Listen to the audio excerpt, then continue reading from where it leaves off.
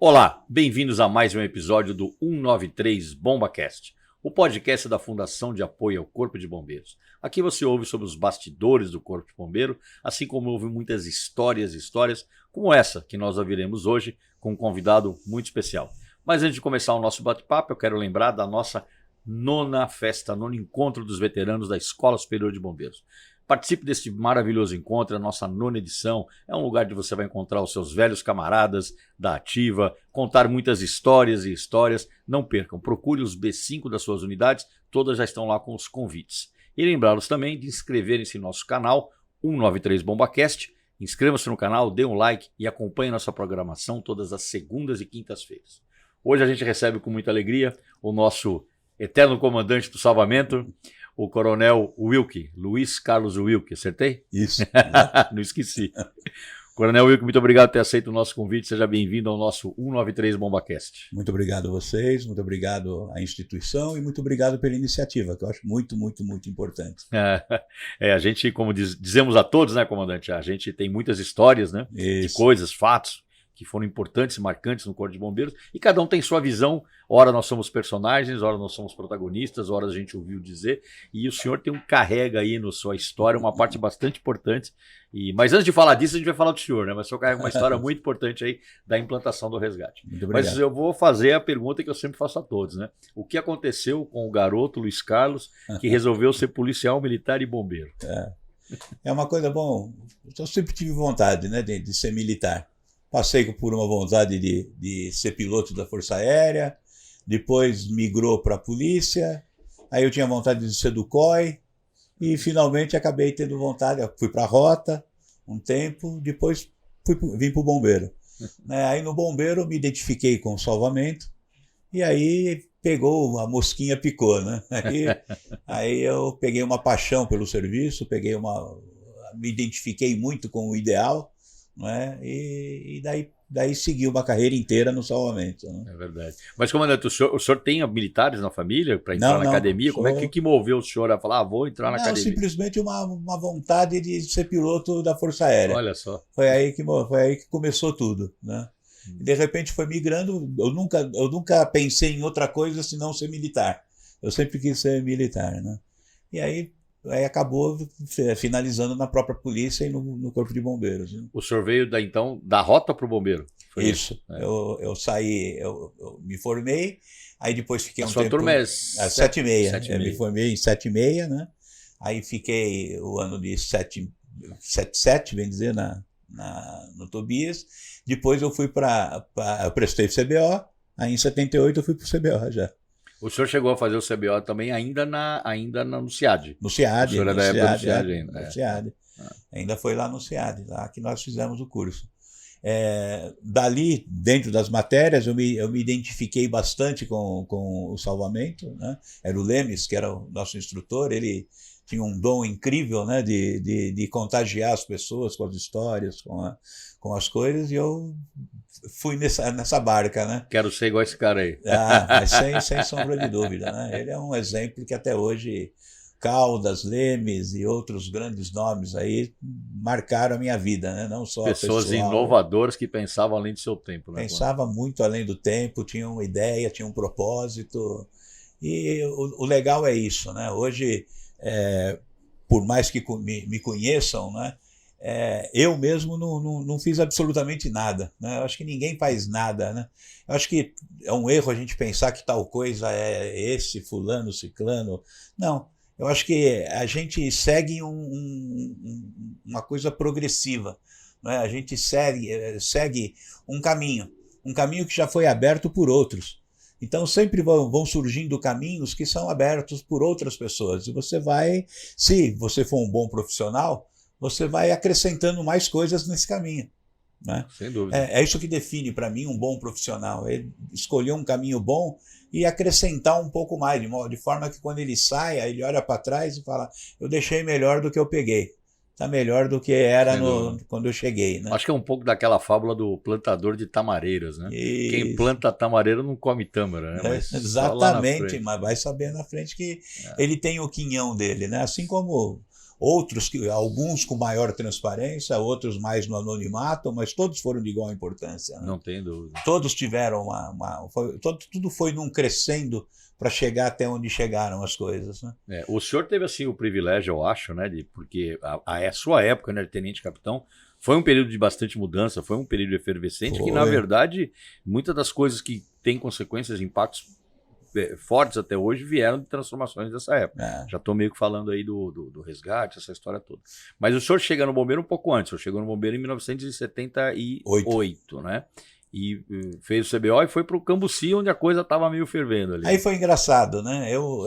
Você ia, nessa época, você ia para o salvamento, aqueles escolhidos pelo Lemes, na matéria. Então, quem se saía melhor na matéria de salvamento era escolhido para ir para o salvamento. Eu, por sorte, me saí bem na matéria e fui escolhido para ir para o salvamento. Já tinha até meu armário lá no primeiro GBS. E, na época, o comandante que tinha do bombeiro, ele parecia que não gostava muito do bombeiro, e ele simplesmente, por vontade própria, ele pegou os tenentes que estavam na capital, mandou para o interior, e do interior ele mandou para a capital. Inverteu tudo. Aí eu tirei férias, quando eu voltei de férias, já indo para o GBS, me disseram, não, você está no 7º GI. Campinas. Em Campinas, na época. Eu falei, não, vocês estão zoando comigo, acho que é gozação. Demorei uns 3 dias para acreditar que era verdade, que eu estava em Campinas. Até ligarem de Campinas e falaram, ué, você não vem, pô? Cadê você? E na época, acho que o Watanabe, que era de Campinas, veio para o meu lugar no GBS e falou, puta, que não entendo nada de salvamento, o que eu estou fazendo aqui? Mas são aquilo que a gente fala, os caprichos individuais, né? Os caprichos das pessoas. Aí fiquei lá em Campinas uns 4 a 6 meses, depois reverteu tudo isso, aí voltei para o salvamento e aí segui minha carreira. Então o senhor teve uma experiência lá passei, mas também você vê que coisa curiosa. Eu chegando lá, que lugar que eu fiquei em Campinas? No salvamento. E tinha, lógico, as guarnições de salvamento já na época lá em Campinas. Já tinha a guarnição, e uma das primeiras ocorrências que eu atendi foi uma inundação com ônibus alagado, boiando com um monte de vítima, quer dizer, já comecei com tudo. Já estava fazendo o aquecimento. Já estava fazendo o aquecimento. Quando o senhor chegou no Cambuci, quem que era o comandante na época do salvamento, o senhor lembra? Quando eu cheguei lá, era... Caramba! Era o Carnicina, não mais? O Zé Carlos, não? Não, foi antes, foi depois do Caldas. Foi o Caldas, aí teve... Olha, eu nem lembro o nome dele, eu lembro a pessoa, é um que... um comandante, sim. Que eu não lembro, não estou lembrado do nome, mas também não tinha muita identidade com isso, não. Mas o senhor pegou lá dos comandantes clássicos, da época que o Coronel Zé Carlos estava lá como capitão, o senhor pegou ele, né? Sim. Período antes da Casa Militar, eu acho. Sim, foi o Bono, Coronel Bono, Júlio Bono. Coronel Bono, Pellegrina. Foram todos os grandes comandantes que graças a Deus eu tive o privilégio de trabalhar. Infelizmente eu não trabalhei diretamente com o Caldas, mas eu trabalhei indiretamente com ele, né, numa pesquisa de um avião que se caiu no mar, em algumas ocorrências que ele pegava, ele me chamava, eu ia junto. Né? Mas eu tive uma identidade muito grande com ele, porque o jeito que ele contava as histórias, o jeito que ele contava, a proximidade dele com o Lemes, era coisa fantástica. Fantástico. Né? Dessa época, né, senhor era tenente, o senhor tem um fato marcante aí em termos de operação, de ocorrência, que o senhor lembra bastante? Teve várias ocorrências, né? Várias ocorrências que marcaram. Mas eu acho que uma coisa importante, né, que para a gente ter em mente, né, dentro daquilo que eu falei, que é tudo um progressivo, né, de coisas que vão fazendo, a necessidade ela vai gerando as suas atitudes, né? Então era uma situação muito interessante, que na época você tinha o salvamento começou a crescer muito o número de acidentes de carro, começou a crescer muito. Então uma das maiores ocorrências que atendia era acidente automobilístico, que a pessoa ficava encarcerada no carro. Nós tínhamos equipamento para isso, tirava a pessoa. Equipamentos pneumáticos, né? Pneumático na época, né? E não tinha como transportar. Né, porque nós não tínhamos ambulância e o serviço de ambulância que tinha em São Paulo era um serviço não emergencial, era mais para transporte interhospitalar e assim. Então, a gente tirava uma pessoa das ferragens, em minutos ela ficava horas esperando o socorro fora, até chegar ao ponto de você colocar no banco traseiro da viatura e levar do jeito que dava. Do jeito que dava, né? Então, era esse o nosso dia a dia, né? Mas nesse dia a dia teve muitos acidentes graves, né? Acidente de trem, queda de avião, teve uma série. O trem é o famoso da Zona Leste, da Zona Leste, da sua época. Esse aí, foi, né? teve muitas vítimas, teve... Só coisa que marcou minha infância e adolescência, porque eu sempre fui da Zona Leste, Tatuapé, ali, e eu lembro muito desse... E acidente de trem é um acidente que, apesar da pouca velocidade que ele anda, a massa dele é muito grande. Energia mecânica, né? E tudo nele corta, né? Tudo nele é corta. Então, um acidente como esse que nós atendemos, você só tinha pessoas mutiladas, né? Então você tinha camada de pessoa, né? Uns mortos, uns vivos, tudo misturado um com o outro. Então é um caos danado. No pronto-socorro teve que ir separando e montando as pessoas de novo para fazer. Quer dizer, são ocorrências grandes, né? Tudo isso debaixo de chuva, lama e aquelas mas condições. Tudo com uma deficiência, né? Sempre essa deficiência de você ter uma dificuldade de como tirar as pessoas do local de acidente e levar até onde elas deveriam ser socorridas. Porque para o corpo de bombeiros, o bombeiros limitava o seu trabalho na retirada da pessoa das ferragens. O resto era a responsabilidade da saúde. Para a saúde, a responsabilidade deles era o hospital. Então ele tinha que administrar bem. Exatamente. Esse vácuo no meio é que precisava ser ocupado. Então, desde que eu pisei no salvamento, esse problema já existia. O Lemes encarou de frente esse problema. Ele tinha um parente nos Estados Unidos que tinha muito contato com paramédicos, então ele vivia mandando equipamento, nós somos os primeiros a ter aqueles manequim N, e, enfim, a gente começou a conviver com esse problema e tinha que ter uma solução.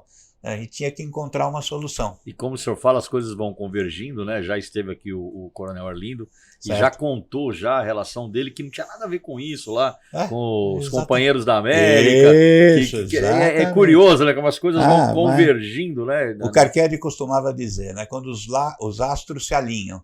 E a criação do resgate, eu acho que foi bem isso. Os astros se alinharam. Teve um momento, porque a necessidade sempre existiu. A vontade das pessoas que estavam lá de realizar algo semelhante sempre existiu, né? Agora, os astros não estavam alinhados. Então, quando um queria, o outro não queria, é o que falam do inferno brasileiro. Então, sempre uma coisa atrapalhava a outra, nunca teve o alinhamento. E teve um único momento, em que tudo se alinhou. Em que tudo foi convergindo até a hora que tudo se alinhou e deu certo, né? Eu acho que um marco, né, que a gente aprende, né? Claro que isso não é da nossa época, mas muitos já contaram essa história aqui. Ao longo da nossa carreira a gente ouvia. Hoje, para mim, pelo menos é uma coisa um pouco mais clara. Mas um momento importante que houve, e o senhor participou também, foi a ida, né, de oficiais nossos, o senhor estava nesse grupo, no Bombeiro de Chicago. Né? Isso. Como é que foi a sua experiência lá, comandante? Então, nesse ponto eu estava muito bem nessa área, porque eu tinha terminado de fazer a Escola de Educação Física, né? Então, na Escola de Educação Física, eu me dediquei, acho que até pela idade, né? Não estava para dedicar muito para a parte física. Né? Então, o senhor fez mais velho? Eu fiz como um primeiro tenente antigo Antigão, já. Né? Então, eu fiz meio apertado e eu me dediquei bastante para a parte biológica. Né? Então, para a parte fisiológica, anatômica e tudo mais. Isso me facilitou bastante no aprendizado de primeiros socorros. Né? Claro. Nesse momento aí, teve uma participação muito importante nesse período, que foi do Dário Birolini, do Dr. Dário Birolini. O que nós brigávamos no bombeiro, para que o bombeiro tivesse alguém que tivesse algum órgão que socorresse, transportasse as pessoas do lugar do acidente até um hospital, ele brigava no hospital. A briga dele era no hospital, era criar uma especialidade de trauma, porque não existia isso. Que hoje tem. Né? Nesse tempo já tem emergencista hoje. Exatamente. Nesse tempo, as faculdades de medicina, elas mal ensinavam a RCP. Nós é que íamos com a Zane lá na faculdade para dar palestra de como fazer ressuscitação cardiopulmonar. Quer dizer, nem isso se preocupava, a tamanha obsessão que tinha de trabalhar só no hospital. Ambiente hospitalar. Só no ambiente hospitalar. Mesmo a própria emergência no hospital, que era lá no térreo, ninguém ligava muito. Né? E graças a ele desenvolveu muito essa área. Nós tivemos vários cursos com ele ajudou muito o Corpo de Bombeiros antes de tudo isso, né? E acabou se juntando mais ainda a essa iniciativa, né? A ter isso daí.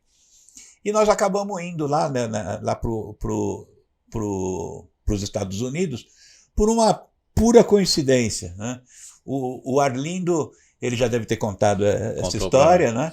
mas ele teve uma proximidade da Organização Companheiros da América, que o nosso estado irmão era Chicago. Né? E ele conseguiu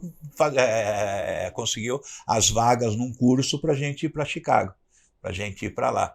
Então, ele escolheu as pessoas que estavam mais ligadas com isso, né? Eu, graças a Deus, fui escolhido, né? Fui um dos escolhidos para participar. Aí eu não vou repetir todas as histórias, né? Tudo que... Não, mas cada um tem uma experiência, o senhor tem as suas lá, eu tenho certeza. Não, ele conseguiu juntar um grupo excelente que foi totalmente desacreditado, né? Esse grupo por parte do próprio Corpo de Bombeiros, que era um dos que dizia que se você é interessado por parte médica, você vai trabalhar no HM. Né? Você não vai ficar aqui, né? Então, a mudança cultural sempre é um negócio complicado. É difícil. Mas era o princípio, né? E nós acabamos indo. Nós conseguimos a autorização do comandante-geral. Qual foi a duração? Isso eu não me lembro de ter perguntado. Um mês, mais ou menos. Um mês. O curso foi um mês. Foi um curso completo de técnico em emergências médicas nível A, né? Que é o curso básico dentro do sistema deles, né? Uhum. Eles têm o curso básico, que é o nível A, que é de ambulância, o pouco mais avançado, que é o I, que é o intermediário, e o P, que é o paramédico, né? Que é o que todo mundo conhece, que aí é um curso de 2 anos, de 2 anos, e que faz todo tipo de manobra, né? Que não tem restrição nenhuma, né? Uhum. Então é mais ou menos esse o sistema. Uma das coisas mais importantes de fazer esse curso, né, acho que teve 2 coisas de suma importância nesse curso lá para mim. Né? A primeira coisa foi conhecer o sistema, que nós não tínhamos, a gente sabia que precisava ter algo que levasse as pessoas para o hospital, mas a gente não tinha ideia de como isso funcionava. Como estruturar isso daí. Então, a ideia do paramédico, para mim, foi a ideia mais perfeita que poderia existir. Por quê? Porque eu tinha uma pessoa mais capacitada que o bombeiro, né? Eu tinha um sistema, vamos dizer, não uma pessoa, um sistema mais capacitado do que o Corpo de Bombeiros e não tão capacitado como a saúde. Ficava no meio. Era um intermediário. Então, por exemplo, eu não preciso passar 7, 8, 10 anos estudando como médico para ir socorrer uma pessoa na rua. Né? A mesma coisa com a enfermagem, eu não preciso de 5 anos de enfermagem para socorrer alguém na rua. Eu posso comprimir isso para, por exemplo, um médico eu posso comprimir para 2 anos. E ele se sente capaz de fazer, e é capaz de fazer qualquer coisa na rua. Né? Então eu sempre sonhei, e isso me inspirou muito a ida para lá, de nós criarmos um sistema aqui que, independente de bombeiro e independente de SAMU, ele fosse uma nova profissão. Então sempre o meu sonho foi criar uma nova profissão, a profissão de paramédico. Era um sistema de emergências médicas, né? Que era um paramédico, que ia ter 3 níveis. Ia ter o nível básico, o nível intermediário e o nível avançado, que seria o nível básico parecido com o que o bombeiro faz, o nível intermediário parecido com o que uma enfermeira faz e o nível avançado parecido com o que o médico faz. Só que especificamente na rua, especificamente no atendimento das emergências. Para mim, o sistema ideal era esse, né? Então isso mudou muito a minha cabeça, porque pela primeira vez eu tive uma visão muito clara de como devia ser o sistema. Né, de como funcionaria, de como que isso iria funcionar. E a segunda coisa que foi muito importante, né, que nós pegamos, é uma diferença que existe. Né? Isso é uma coisa curiosa. Né? A gente se ilude muito com filme, né? E é óbvio que os melhores para fazer filme no mundo são os americanos. Então você se ilude muito com o que mostra em filme. Então acontece de você ver coisas nos filmes que você acredita que aquela é a verdade, que aquilo é assim. Tinha 240 Robert na época, né? Isso. Quando você chega no local e vai ver e convive com ele, nós fizemos isso, nós tiramos estágio nas viaturas, nos postos de bombeiro, nós fomos atender ocorrências lá.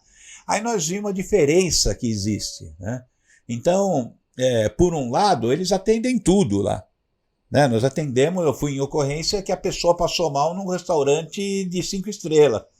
A pessoa sentiu mal no restaurante, tinha bebido bastante, mal súbito. Sentiu, clínico, não no sentiu, caso clínico. Teve uma queda de pressão e foi lá o paramédico atender. Nós atendemos lá e, assim, não levou para o hospital, ele já resolveu lá, porque ele ministrou as drogas que precisava, já atendeu ali, dali já foi embora, quer dizer, não superlotou o hospital, não teve nada, né? Mais uma prova de como o sistema funciona. Né? E eu vi que eles atendiam tudo, eles faziam tudo, isso era uma coisa interessante.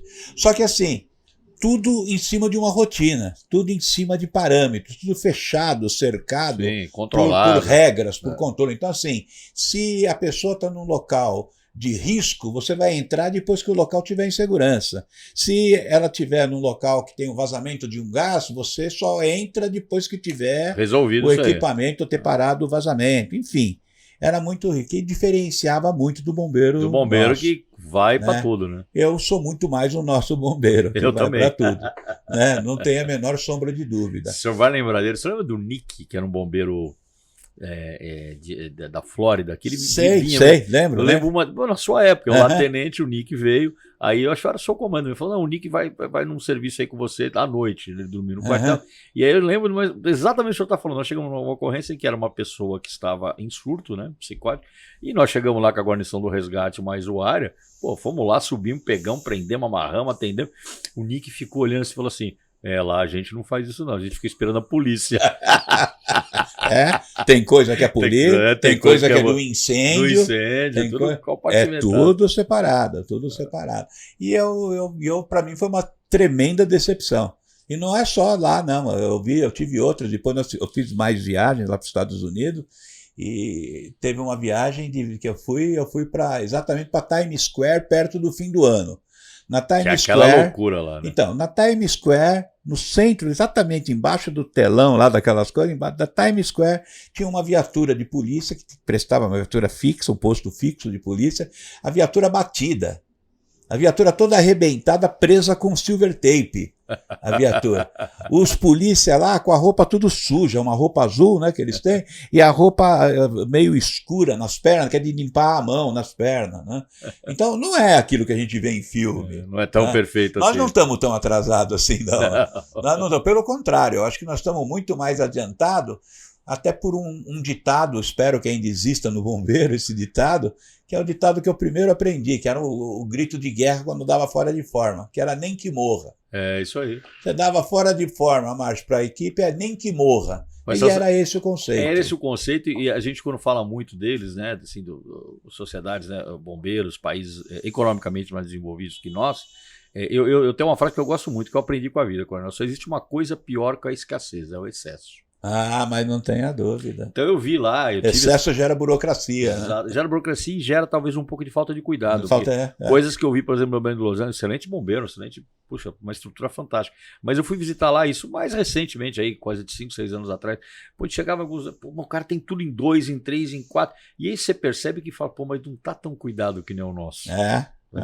Então a gente... E a criatividade zero. Zero, porque o cara tem recurso... Se o equipamento deu defeito, não tem como salvar. Não, espera vir um novo. Não tem. Né? Aqui não, a gente conserta. Aqui conserta. A briga para manter, não é? Exatamente, exatamente. Eu concordo plenamente com o que o senhor está falando. Por isso que eu acho que teve também um lema, foi no começo do... Um lema não, uma frase que um sargento disse, me marcou muito, marcou minha vida.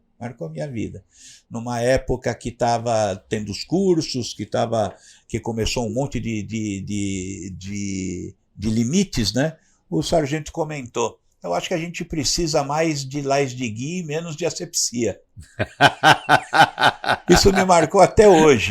E ele estava totalmente certo. Porque nós perdemos o equilíbrio. Nós começamos a dar muita ênfase para a asepsia e esquecemos o dia a dia do bombeiro. Não, tem que ter tudo um equilíbrio. É um equilíbrio. Né? Não é que eu estou dizendo que você tem que fazer... Vai ignorar. Não é que nem já foi dito para mim quando eu estava na rota, foi dito pelo comandante-geral, que era do Exército, que o orgulho dele é que o pai dele tinha uma fábrica, fazia sola de sapatos sem ter máquina de fazer sola de sapato. Né? Era orgulho. Não, fazia sola de sapato na marra. Não. Eu acho que o comando tem a obrigação de dar todos os meios para a tropa. Claro. Agora, não é porque não tem os meios que você vai deixar de fazer. E nunca deixamos, né? Nunca deixou. Você vai fazer com ou sem. É verdade. Se fizer com o equipamento, fica melhor. Se fizer sem, vai ter que fazer. Mas nem que morra, vai ter que fazer. Tem que fazer. Né? Aí o senhor voltou de Chicago, eu sei que a história andou, tem alguns episódios políticos, o Coronel Zé Carlos contou, Isso. O Coronel Lino contou também. Mas chega um momento em que, tá bom, vamos comprar a viatura e vamos... Como é que foi isso aí na sua visão, comandante? Então, eu que fui encarregado de fazer o desenho da viatura, né? Então, o desenho, dividir, porque a gente tinha que adaptar a viatura americana com a realidade do Brasil. E tropicalizar a viatura. Tropicalizar. E dentro da viatura de resgate, teria que ter equipamento de primeiros socorros e equipamento para liberar, ou pelo menos o primeiro equipamento que você precisa para liberar a pessoa de algum lugar que ela esteja encarcerada, né? Então, nós tentamos conciliar esses equipamentos. Num chassi C40 era fácil. Você tinha tudo, era o nosso plano original. Uma C40. Aí que entra a parte política. Ia implantar o sistema com, acredito que 20 e poucas viaturas. Não, precisava mais, porque o pedido das prefeituras era muito maior. Não, tem que diminuir isso, tem que diminuir isso, tem que pôr mais de 40. Aí a opção foi, não, põe num chassi C20. Aí tivemos que compactar tudo num chassi C20. Não é o ideal, já foi improvisado. É improvisado corretamente, porque foi desenvolvida e foi equilibrada a viatura pelos engenheiros da Ingesa na época. Da Ingesa. Que alguém ganhou a licitação, foi a Invemo. Só que a Invemo era uma subsidiária da Ingesa. Agora foi desenvolvida a viatura, equilibrada, reforçada, suspensão e tudo mais, na Ingesa, né? Então a viatura recebeu todo o equipamento, teve tudo, e aí transformou em 46 viaturas. Então nós montamos um sistema. A central desse sistema, né, a central de coordenação do resgate, era na Praça Alfredo Issa, aqui, né? Nós montamos, eu chefiei durante vários anos, né, a coordenação do resgate. Eu lembro bastante dessa época. Então, e nesse momento a gente fazia um curso na cidade do interior que se propunha a fazer a Marília foi um dos pioneiros.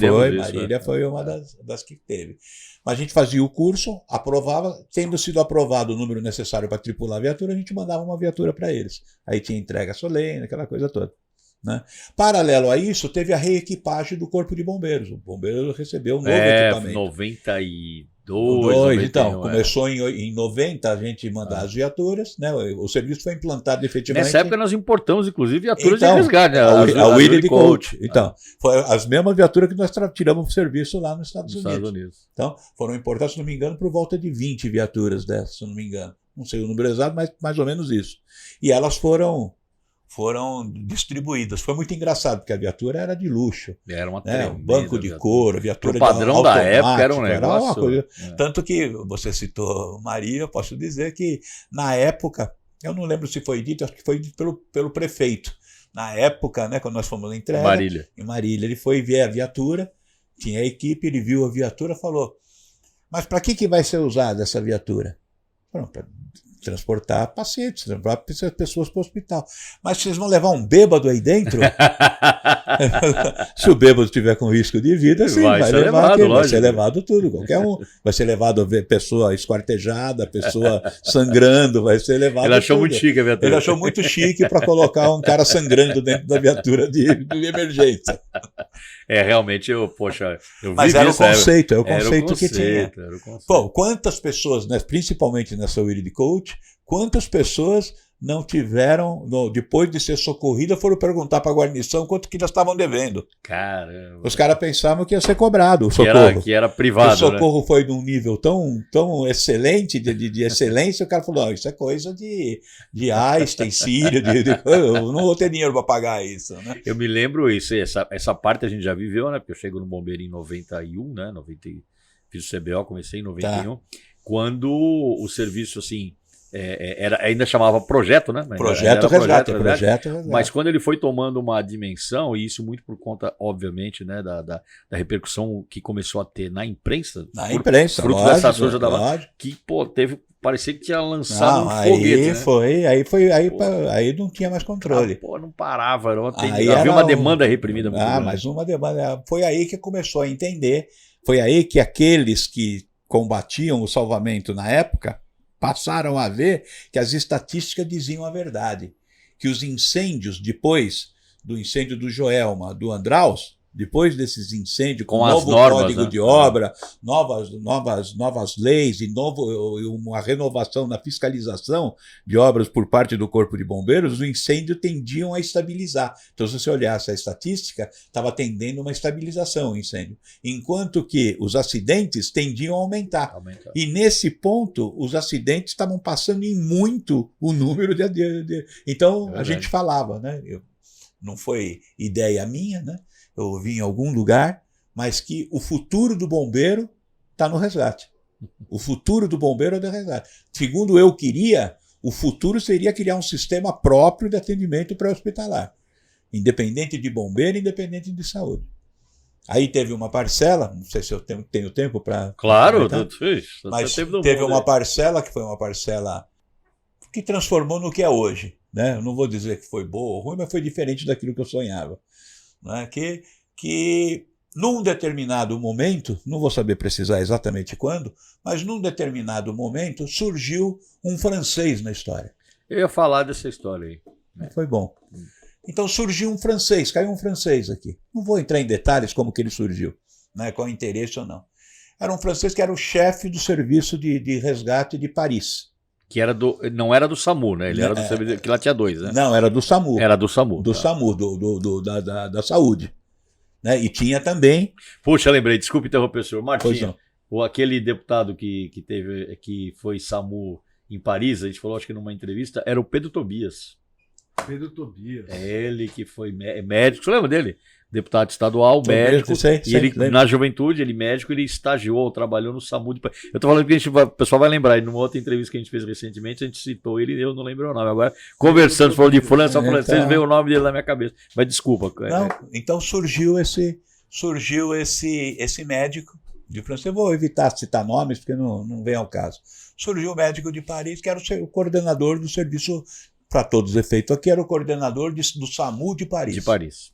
Pronto. Estamos falando de uma outra pessoa, tá, pessoal? É outra história aqui. É outra história. O coordenador do SAMU de Paris. Aí surgiu, era a coqueluche.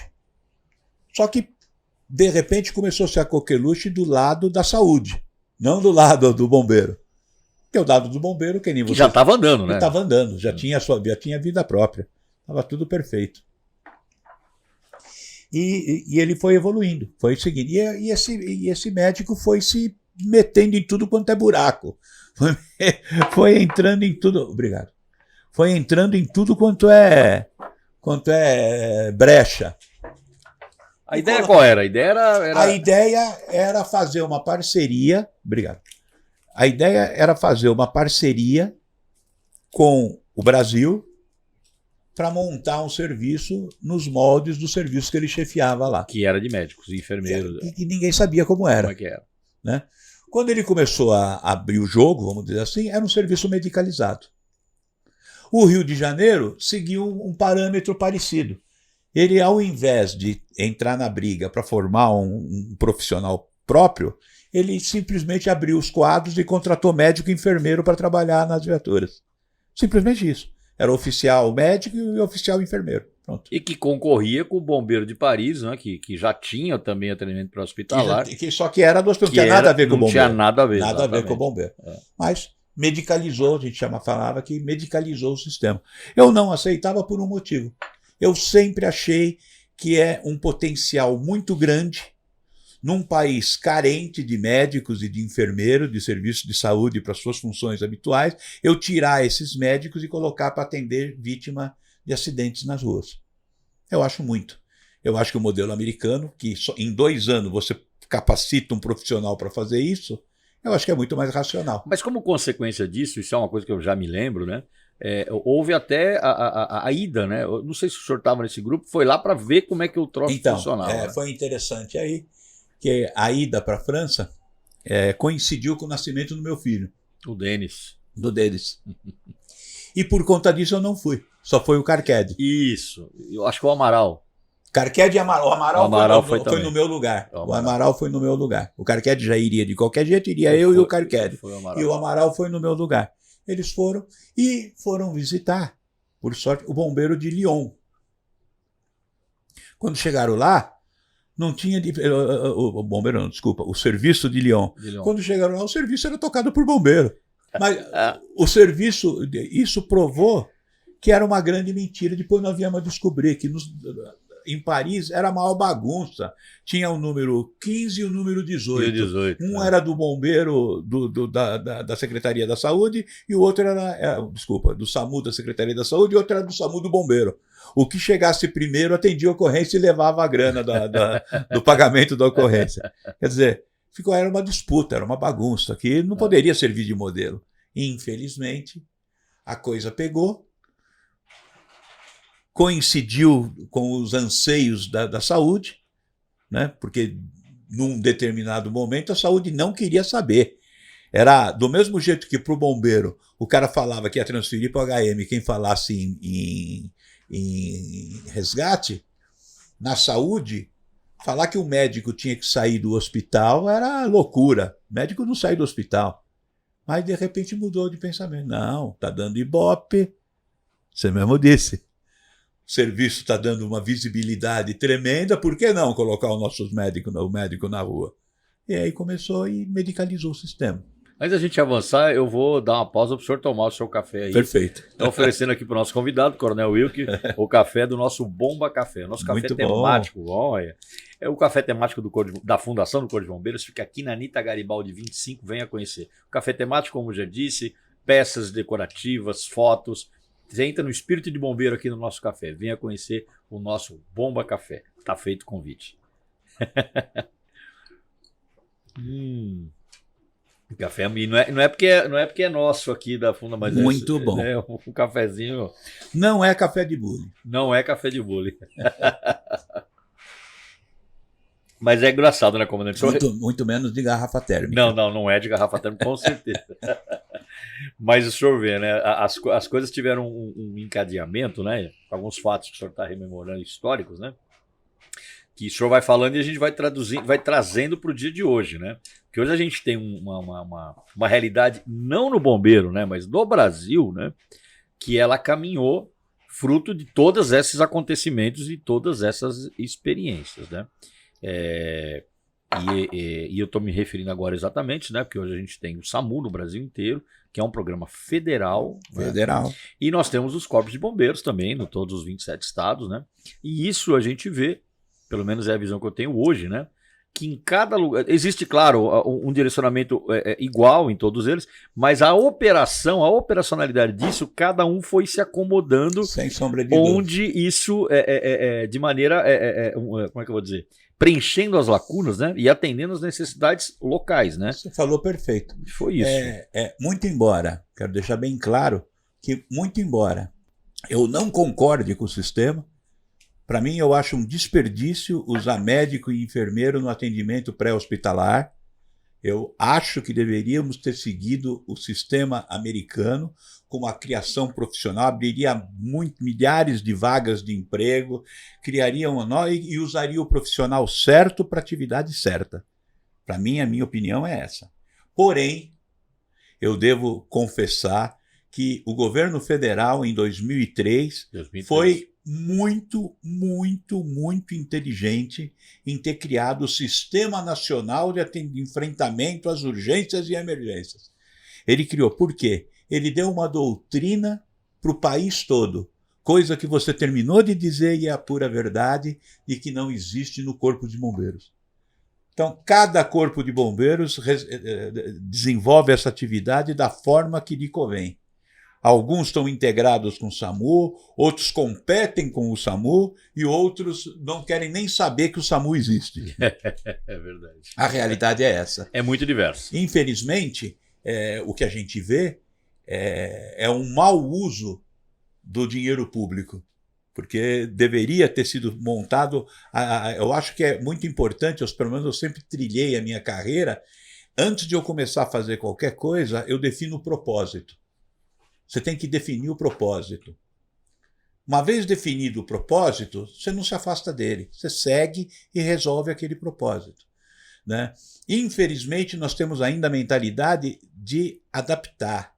Nós temos a mentalidade de ir ajustando, de ir se moldando e, de repente, se transformou a coisa que estava tão clara na cabeça das pessoas inicialmente, se transforma num monstro, num ciborgue, que você não tem nem ideia onde é o começo e o fim daquilo. Né? Mas por conta de quê? Porque é todo mundo incompetente? De jeito nenhum. É por um excesso até de competência. Por quê? Porque cada região vai enfrentar o problema que está surgindo na frente dele. Na frente dele. Lógico. Claro. Por quê? Porque não surgiu nada que unisse o Brasil para criar um sistema único. Para se ter uma ideia, quando criou o SAMU, eu já estava na reserva, eu fiquei horrorizado de ver a propaganda que o SAMU teve, que era para ligar 192 no caso de acidente. Foi uma estratégia.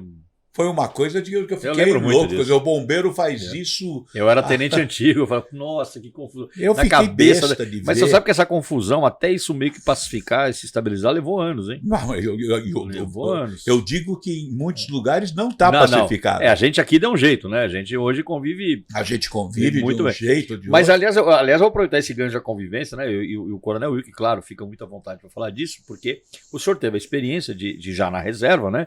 O senhor chefiou o SAMU da cidade de São Paulo. E claro que isso, tenho certeza que ajudou a senhor formar uma ideia, né, muito clara, né, das coisas. Mas eu gostaria que o senhor falasse um pouco sobre isso, sobre essa sua experiência como diretor, né? O senhor foi diretor do SAMU do município de São Paulo. Sim, foi uma experiência fantástica, foi muito bom. Isso me tornou completo. Foi muito interessante porque me tornou completo, porque eu disse, quando eu vim em 78 fazer o CBO, me fascinou o salvamento. E, graças a Deus, eu trabalhei nas 3 unidades de salvamento que tinha no Bombeiro. Eu comandei o primeiro GBS, trabalhei no segundo GBS e comandei o terceiro GBS, o Salvamar. Então, no Corpo de Bombeiros, eu trabalhei em todas as unidades de salvamento e conheci a particularidade de cada uma delas. Então, desde o salva-vida até o salvamento em altura, eu sei a particularidade que tem. E quando passei para a reserva, eu tive o prazer de acabar dirigindo o SAMU, que era o caminho totalmente diferente do que eu imaginava. E pude ver como funcionava. Eu fiquei 7 anos no SAMU. E desses 7 anos, eu fiquei 1 ano auxiliando na logística e 6 anos chefiando. Depois eu fui escolhido para ser o diretor e passei 6 anos como diretor do SAMU.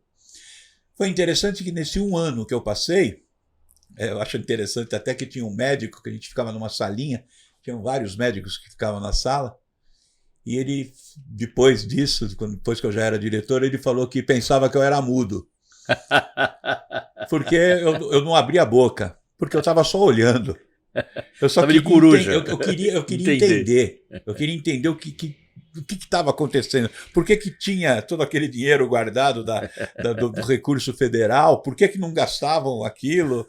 Por que estava tão ruim as viaturas? Enfim, estava só vendo. E aí eu fiz contato, fiz amizade com um motorista, ele me levou em todas as bases de SAMU que tinha em São Paulo.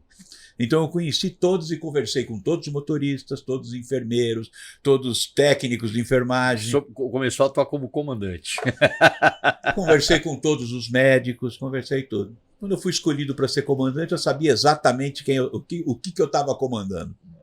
Então, quando eu fui escolhido para ser comandante, o grande problema que passava era não conseguir gastar esse dinheiro, porque ele só podia ser usado para serviços. Então, óbvio que eu transformei tudo em serviço. É óbvio. Rádio, viatura. Ao invés de comprar coisas que eles não permitiam, nós alugamos.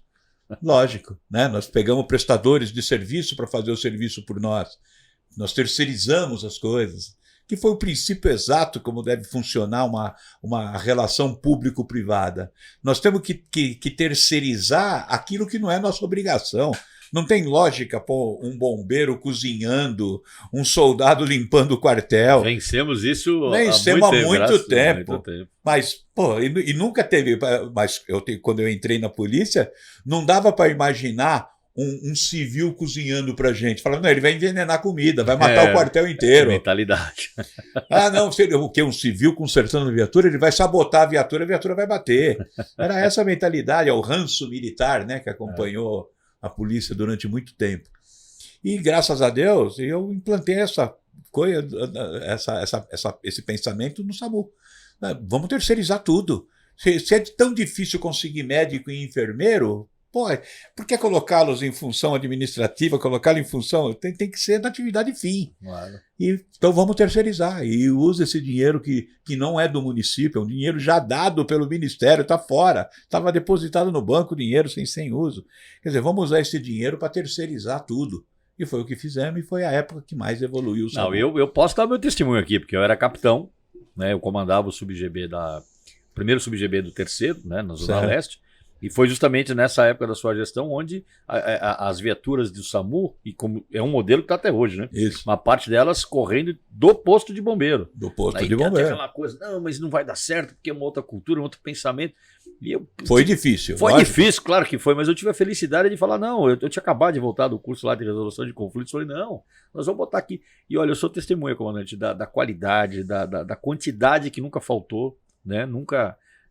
E pelo contrário, né? A gente acabou colocando as viaturas, né? Inclusive o suporte avançado, né? Com o médico. Eu lembro que na época era no Tatuapé e resolveu um grande problema, né? Que era a falta de. Que era a falta do grau, né? Hoje o grau, né? Isso. Da escassez de médicos, né? A coisa é meio cíclica, né?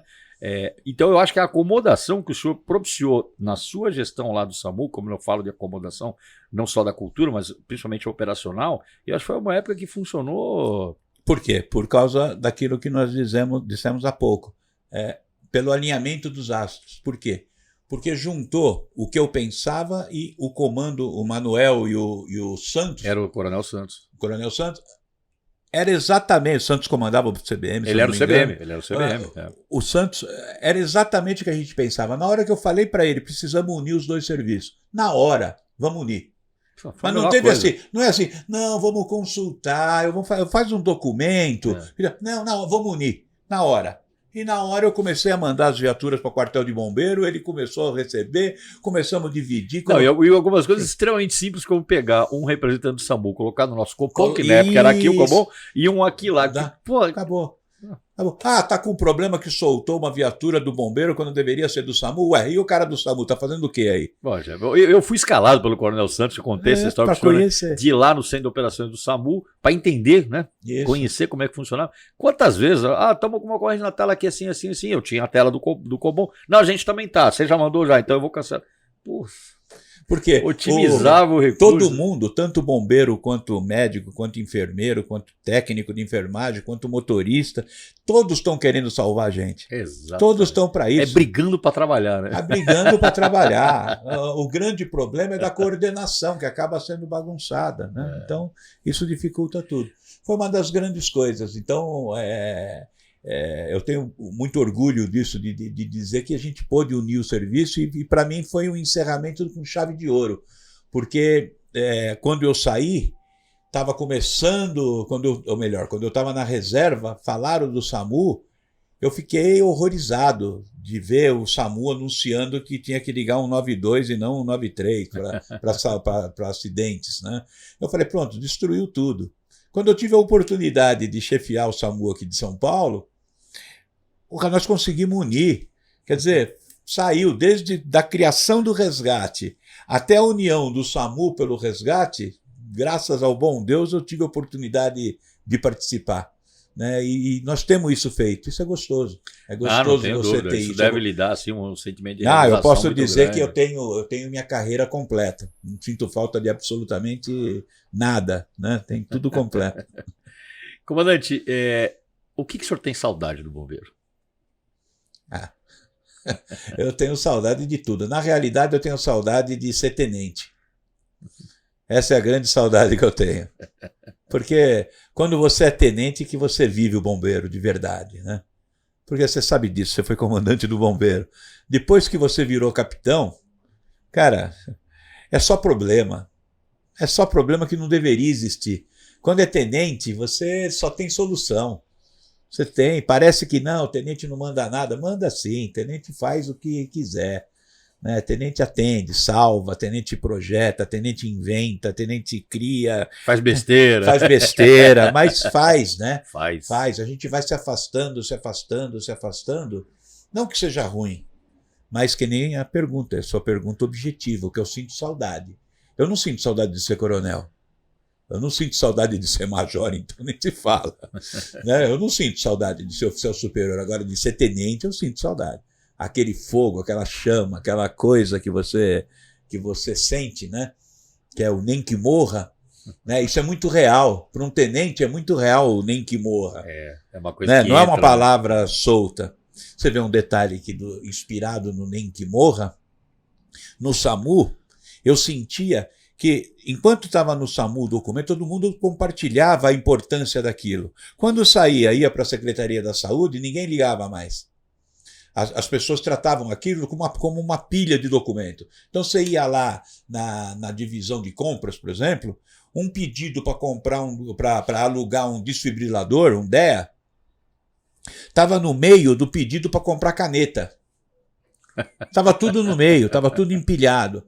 Eu falava, puta, não pode ser. Aí eu tinha que conversar. Não, pega esse papel, porque é importante isso. Você que salva a vida. Tá.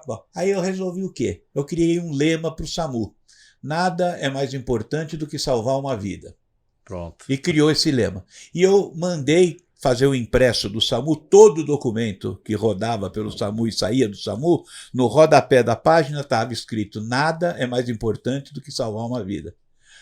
Isso teve uma transformação que você não acredita. Ah, eu acredito. A pessoa pegava o documento, lia, quando ela lia embaixo, nada é mais importante que salvar uma vida, isso não estava escrito na compra de caneta. Aí ele falou, não, peraí, isso aqui é para essa outra, do SAMU, é outra pilha, peraí, deixa ali que esse daqui nós vamos comprar já. Bom, isso chegou a um ponto que eu fui fazer uma palestra no Tribunal de Contas, e o presidente do Tribunal de Contas virou para a plateia, que eram todos os advogados, promotores, tudo que tinha no Tribunal de Contas, depois de eu fazer essa exposição, como diretor do SAMU. Ele falou, tá vendo? Então fica avisado todos vocês, quando vocês virem um documento do SAMU que está escrito nada é mais importante que salvar uma vida, acredita nisso, porque realmente é importante. Então não quero ver documento do SAMU parado aqui, não. Caramba. No Tribunal de Contas. O que é a doutrina, né, comandante? Uma simples frase no rodapé da página, né? Faz as pessoas lembrarem. E por quê? Porque faz ele se sentir tenente de novo, né? Faz o coronel ler aquilo, ele fala, peraí, realmente, a tropa está precisando disso, pô. Né? Não é uma coisa de rotina, né? E assim vai indo, né? Por isso que eu acho que o que eu sinto saudade é isso, é ser tenente. Eu acho que todos nós, viu, comandante? Ah, sem dúvida. Eu que tive a felicidade de ser tenente lá no Cambuci, passei a maior parte da minha carreira lá. Eu lembro disso, lógico. Tive lá grandes mestres. E foi um excelente tenente lá. Não, imagina, eu fui medíocre perto das pessoas que me inspiraram. Eu tenho a convicção disso, mas fui muito feliz, né? Aprendi muito com o senhor, com todos aqueles que lá nos ensinaram, nos instruíram, nos orientaram. Eu acho que, como o senhor disse, a nossa carreira é uma sucessão de coisas que muitas vezes a gente não controla. Não controla, não. Se achar que controla tudo é um sonho, é utopia. O cara lá de cima que cara. Sem dúvida. Esse alinhamento dos astros Sim, a gente não tem controle nenhum. Mas eu sou muito grato, comandante. Sou grato, senhor, pelo seu trabalho, pelo que o senhor fez pelo Corpo de Bombeiros, por o senhor ter aceito o nosso convite de estar aqui contando as histórias e histórias pra gente. Tenho certeza que a sua contribuição colocou mais alguns blocos aí nesse mosaico que é a história do Corpo de Bombeiros, especificamente do resgate. Muito obrigado, viu, comandante? Venha sempre, que Deus o abençoe, e eu deixo aqui para suas considerações finais. Eu é que agradeço, né? Você está de parabéns por estar aqui, está de parabéns pelo comando que você fez do bombeiro. Eu só ouvia coisas boas, sempre foi um orgulho, né? Saber que você passou como tenente lá e há pouco tempo comandava o bombeiro e comandava o bombeiro com a excelência que você comandou. Isso é só um motivo de orgulho, que mostra que a semente que a gente plantou lá atrás surtiu flor.